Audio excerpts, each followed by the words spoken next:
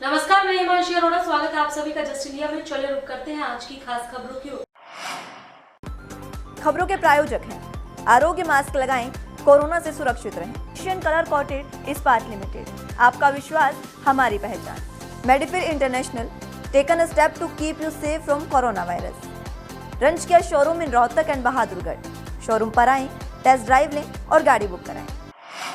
उत्तरी कश्मीर में नियंत्रण रेखा के साथ सटे टंगदार कुपवाड़ा सेक्टर में भारतीय सेना के जवानों ने बुधवार को पाकिस्तानी सेना के बैच हमले को नाकाम कर दिया। इस दस्ते में पाकिस्तानी सेना के कमांडो और आतंकी थे। भारतीय सेना की जवाबी कार्रवाई में वो जान बचाकर वापस भाग गए। सेना ने टंगदार सेक्टर के अग्रिम इलाकों में तलाशी अभियान चला रखा है। सुरक्षा बलों की कार्रवाई से कश्मीर में आतंकी कैडर लगातार खत्म हो रहा है। आतंकियों की घुसपैठ पर भी पूरी तरह से नकेल है। इससे पाकिस्तानी सेना हताश है, इसलिए उसने बुधवार को टंगदार सेक्टर में बैट हमले का प्रयास किया। बैट दस्ता भारतीय सेना की उस अग्रिम चौकी पर हमला करने की फिराक में था, जो आतंकियों द्वारा घुसपैठ के लिए इस्तेमाल किए जाने वाले एक रास्ते विशेष पर बनी है।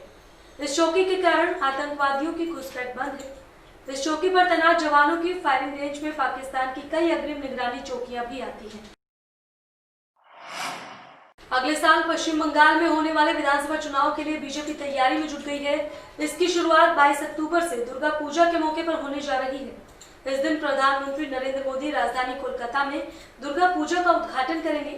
फिलहाल ये तय होना बाकी है कि पीएम मोदी खुद कोलकाता जाते हैं या वो कोरोना वायरस के चलते वर्चुअल पूजा कार्यक्रम में शामिल होंगे। पश्चिम बंगाल में नवरात्रि बड़े ही धूमधाम से मनाया जाता है। 17 अक्टूबर से नवरात्रों की शुरुआत हो रही है। पीएम नरेंद्र मोदी नवरात्रि के दौरान 9 दिन का व्रत रखते हैं। विधानसभा चुनाव को देखते हुए बीजेपी इस बार दुर्गा पूजा के माध्यम से जनता के बीच अपनी पैठ बनाने की कोशिश करेगी।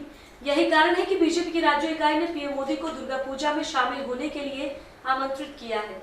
इतना ही नहीं, बताया जा रहा है कि बीजेपी के राष्ट्रीय अध्यक्ष जेपी नड्डा भी 19 अक्टूबर को सिलीगुड़ी में दुर्गा पूजा में शामिल होने जा रहे हैं। इससे पहले 17 को गृह मंत्री अमित शाह इस कार्यक्रम में जाने वाले थे, लेकिन उनके अहमदाबाद प्रवास के चलते उनका बंगाल दौरा रद्द हो गया।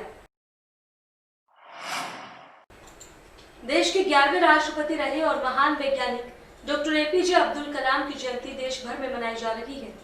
रामेश्वरम में 15 अक्टूबर 1931 को उनका जन्म हुआ था। उनकी जयंती के अवसर पर देश के कई दिग्गजों ने उन्हें सलामी दी। इसी बीच देश के प्रधानमंत्री नरेंद्र मोदी, गृह मंत्री अमित शाह, रक्षा मंत्री राजनाथ सिंह से लेकर अन्य कई केंद्रीय मंत्रियों ने मिसाइल मैन को याद किया। पीएम नरेंद्र मोदी ने ट्वीट कर कहा, डॉक्टर कलाम को उनकी जयंती पर श्रद्धांजलि। भारत राष्ट्रीय विकास के प्रति उनके अमिट योगदान को कभी नहीं भूल सकता, चाहे वो एक वैज्ञानिक या फिर भारत के राष्ट्रपति के तौर पर रहा हो। उनकी जीवन यात्रा लाखों लोगों को ताकत देती है। अमित शाह ने ट्वीट कर कहा, डॉक्टर एपीजे अब्दुल कलाम को उनकी जयंती पर नमन। एक विजनरी नेता, भारत के स्पेस और मिसाइल प्रोग्राम को गढ़ने वाले, जो हमेशा ही एक मजबूत और आत्मनिर्भर भारत बनाना चाहते थे। विज्ञान और शिक्षा के क्षेत्र में उनका योगदान सभी के लिए प्रेरणादायी है। लद्दाख के कारगिल इलाके को कश्मीर घाटी के साथ जोड़ने वाली जोजिला टनल के निर्माण का काम आज से शुरू हो जाएगा। सामरिक अहमियत वाली इस 14.15 किलोमीटर लंबी टनल के निर्माण कार्य की शुरुआत केंद्रीय सड़क परिवहन और राजमार्ग मंत्री नितिन गडकरी पहले विस्फोट के लिए बटन दबाकर करेंगे। इसे एशिया की 2 दिशा वाली सबसे लंबी टनल माना जा रहा है। इस टनल का निर्माण पूरा होने के बाद लद्दाख की राजधानी लेह और जम्मू कश्मीर की राजधानी श्रीनगर के बीच पूरे साल आवागमन करना संभव हो पाएगा और दोनों के बीच के सफर में तकरीबन 3 घंटे का समय कम लगेगा। फिलहाल 11.578 फुट की ऊंचाई पर जोजिला दर्रे में नवंबर से अप्रैल तक साल के 6 महीने भारी बर्फबारी होने के कारण NH1 यानी श्रीनगर कारगिल लेह राष्ट्रीय राजमार्ग पर आवागमन बंद रहता है। अभी इसे वाहन चलाने के लिए दुनिया के सबसे खतरनाक हिस्से के तौर पर पहचाना जाता है। ये परियोजना द्रास और कारगिल सेक्टर के गुजरने के कारण अपने भू रणनीतिक स्थिति के चलते भी बेहद संवेदनशील है। यूपी में विधानसभा के रिक्त 8 में से 7 पर 3 नवंबर को उपचुनाव होगा। विधानसभा चुनाव 2022 से पहले का ये चुनाव सत्ता पर काबिज बीजेपी के लिए कड़ी परीक्षा है।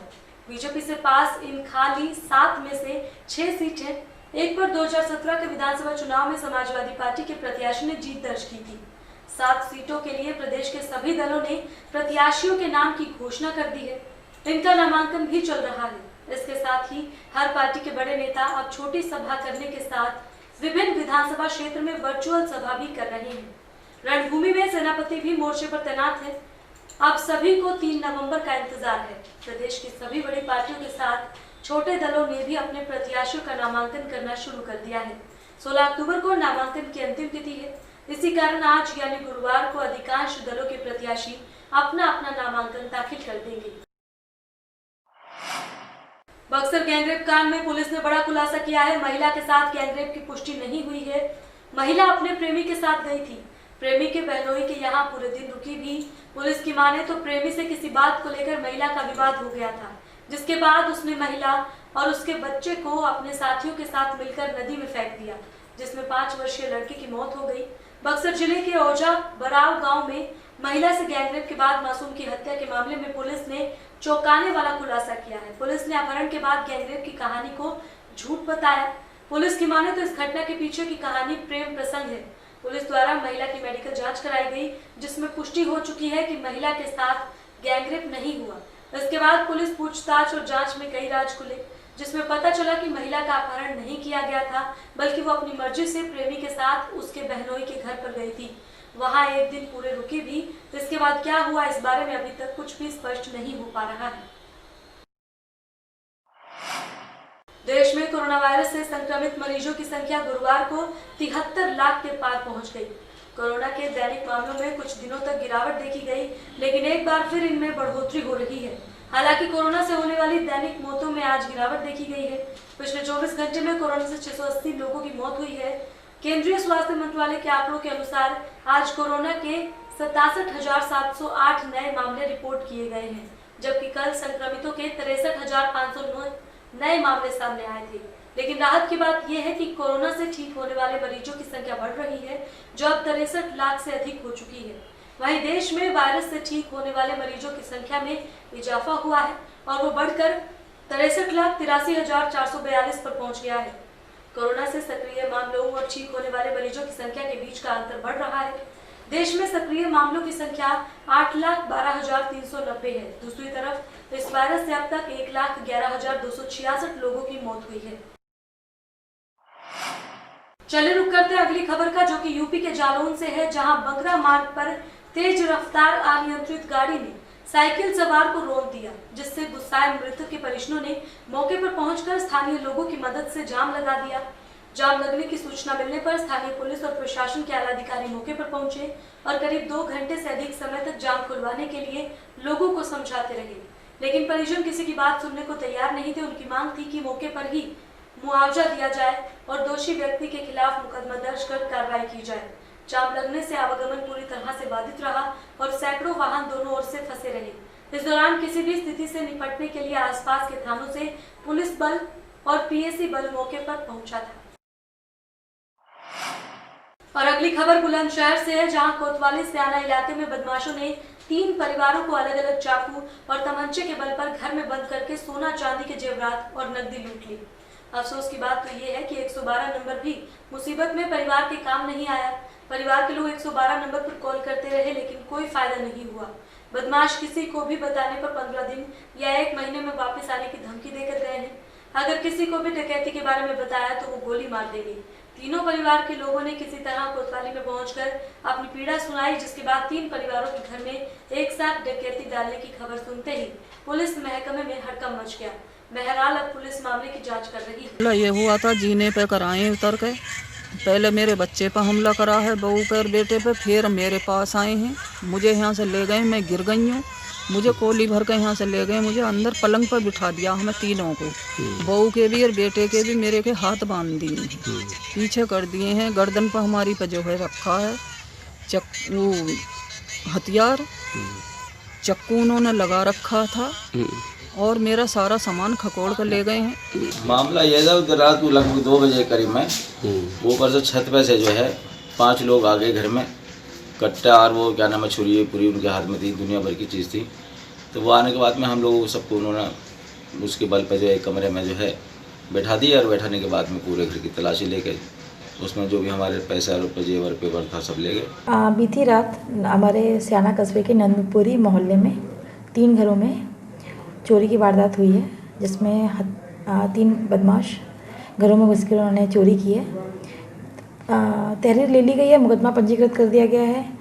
हम इसको कोशिश कर रहे हैं ये कि कौन सा गैंग है जो इस तरह से इसकी मॉडस ऑपरेंडाई अभी एक निकल कर आ रही है तीनों घरों की सेम। तो हम देख रहे हैं कि कौन ऐसा हो सकता है जिसने एक ही मॉडस ऑपरेंडाई से चोरी की है। पुलिस अधीक्षक डॉक्टर यशवीर सिंह के क्राइम फ्री जालौन के स्वर्णिम स्वप्न को साकार करने में उनके मातहत जी जान से जुटे हुए हैं। जनपद में अपराधियों पर लगाम लगाने में जुटी उरई कोतवाली पुलिस और पोंछ कोतवाली पुलिस को आज फिर 2 अहम सफलताएं हासिल हुई। पहली सफलता उरई कोतवाली पुलिस और स्पेशल ऑपरेशन ग्रुप की टीम को मिली जब उन्होंने मुखबिर की सूचना पर घेराबंदी कर अवैध असलों को बनाने वाले शातिर दिमाग बदमाश को गिरफ्तार किया। गिरफ्तार किए गए अभियुक्त की निशानदेही पर 5 तमंचे, 315 बोर और 2 तमंचे, अर्धनिर्मित असलों को बनाने के उपकरण और 3 खोखा कारतूस बरामद किए। तो वहीं दूसरी सफलता पोंछ कोतवाली पुलिस और सर्विलांस टीम के सदस्यों के हाथ लगी जब उन्होंने मुखबिर की सूचना पर अवैध असलों के 3 तस्करों को गिरफ्तार किया है। गिरफ्तार किए गए अभियुक्तों के पास से 2 अवधि और 15 कारतूस, 12 बोर और 1 बंदूक, 315 बोर तथा 2 कारतूस बरामद किए गए। आज एक अच्छी सफलता हासिल हुई है। करमेर रोड स्थित शंकर राजपूत के डेयरी के अंदर 3 सेट से एक असलाह फैक्ट्री बरामद हुई है जिसमें बने अधबने कई असलाहे बरामद हुए हैं और 7 कट्टे बरामद हुए जिसमें 5 315 बोर के, उसके साथ कुछ कारतूस और खोखा कारतूस भी बरामद हुए हैं। खबरों के प्रायोजक थे Be Fast Fit, India's fastest growing fitness chain, now at Rohtak D Park. Corona महामारी से लड़ने के लिए आरोग्य मास्क लाया है आपके लिए सबसे आधुनिक मास्क। इसके साथ ही आपको मिलेगी आधुनिक पीपीई किट, वो भी बहुत ही सस्ते रेट पर। contact@arogyamask.com पर जाएं और हमसे संपर्क करें या फिर www.arogyamask.com से जुड़ें। इसके साथ ही आप हमें कॉल कर सकते हैं। हमारा पता है Anand international, plot number 181, Panipat, Haryana.